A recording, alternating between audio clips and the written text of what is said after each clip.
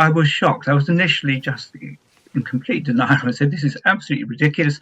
I saw Huw on Thursday.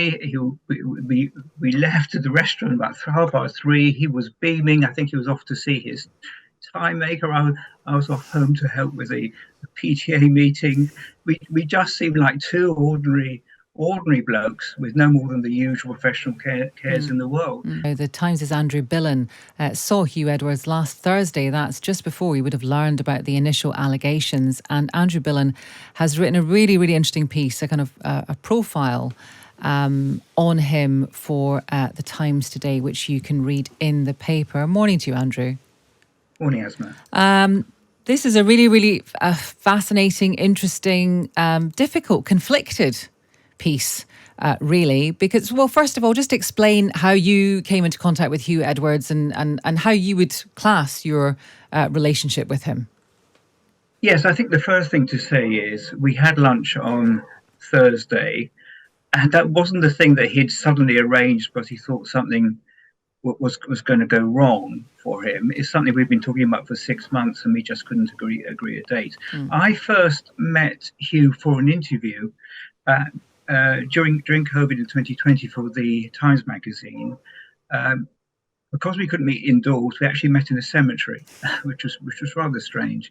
And my joke was that if anybody knows where the dead bodies are buried at the BBC, it's probably here in this cemetery. And we got on well. He gave a very frank interview. He talked about some of his insecurities as an outsider, as he saw it at the BBC. Having come from Wales, having been rejected by Oxford, which really upset him at the time, and how his career had progressed. He also talked about how the death of his father had affected him very deeply, and he hadn't really come to terms with it, and he had suffered depression. After that, he sent me a nice note. We talked again a year later for a smaller interview. And then about a year on from that, which is last summer, he said, "Let's have lunch," and we had a long and very enjoyable, gossipy, warm lunch, and we decided to repeat it. And how did he appear on Thursday to you? He seemed very well. He had just taken a very, very early train from Edinburgh Waverley to King's Cross. He'd gone home. He'd been in Scotland covering the Scottish Crown Jewels, being in that inspection by the King.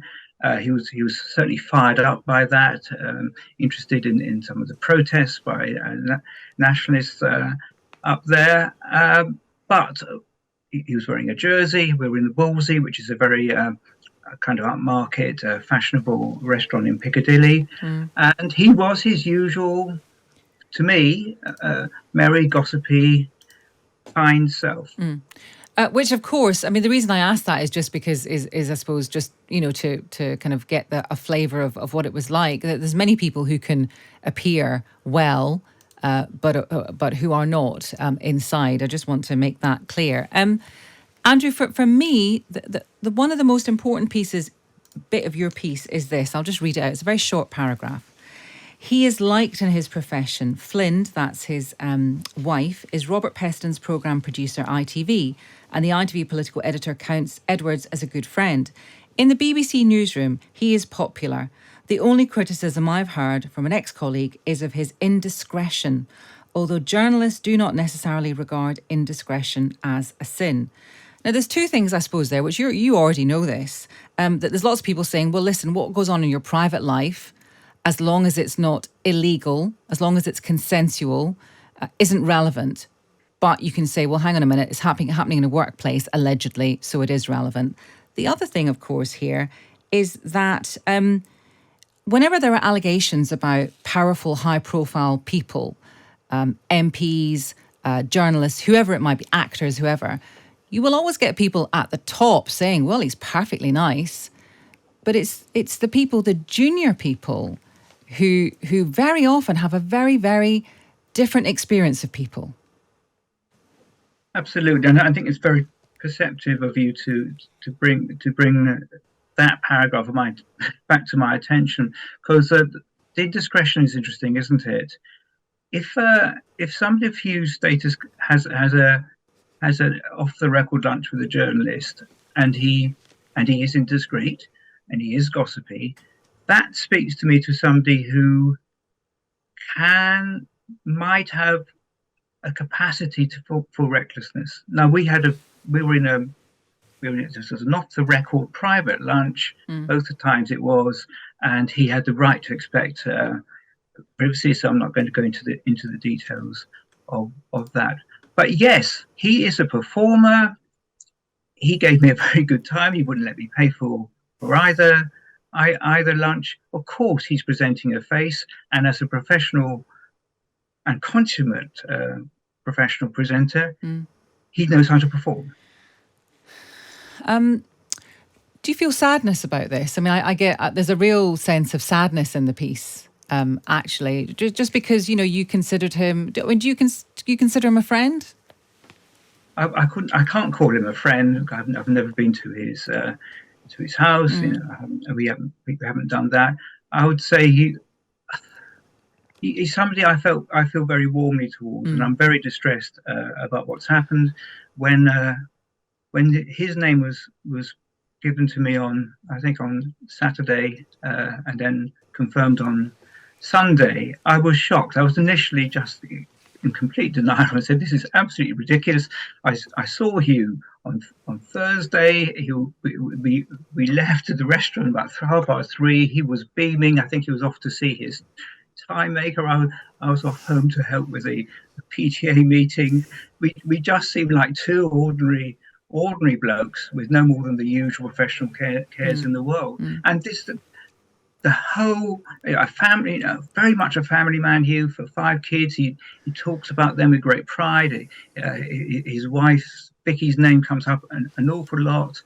I could not see how this man I had just met and lunched with was also this man who apparently had this secret life. Now, just finally, Huw Edwards is obviously synonymous with the BBC.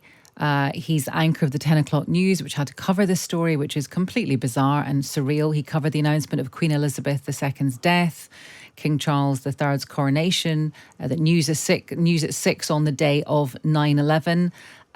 He also has another kind of incarnation as a kind of social media meme. So this is someone who, to some extent, is intergenerational. His influence is intergenerational. The statement from Vicky Flynn suggests that he's going to answer the allegations. He may take legal action. Who knows?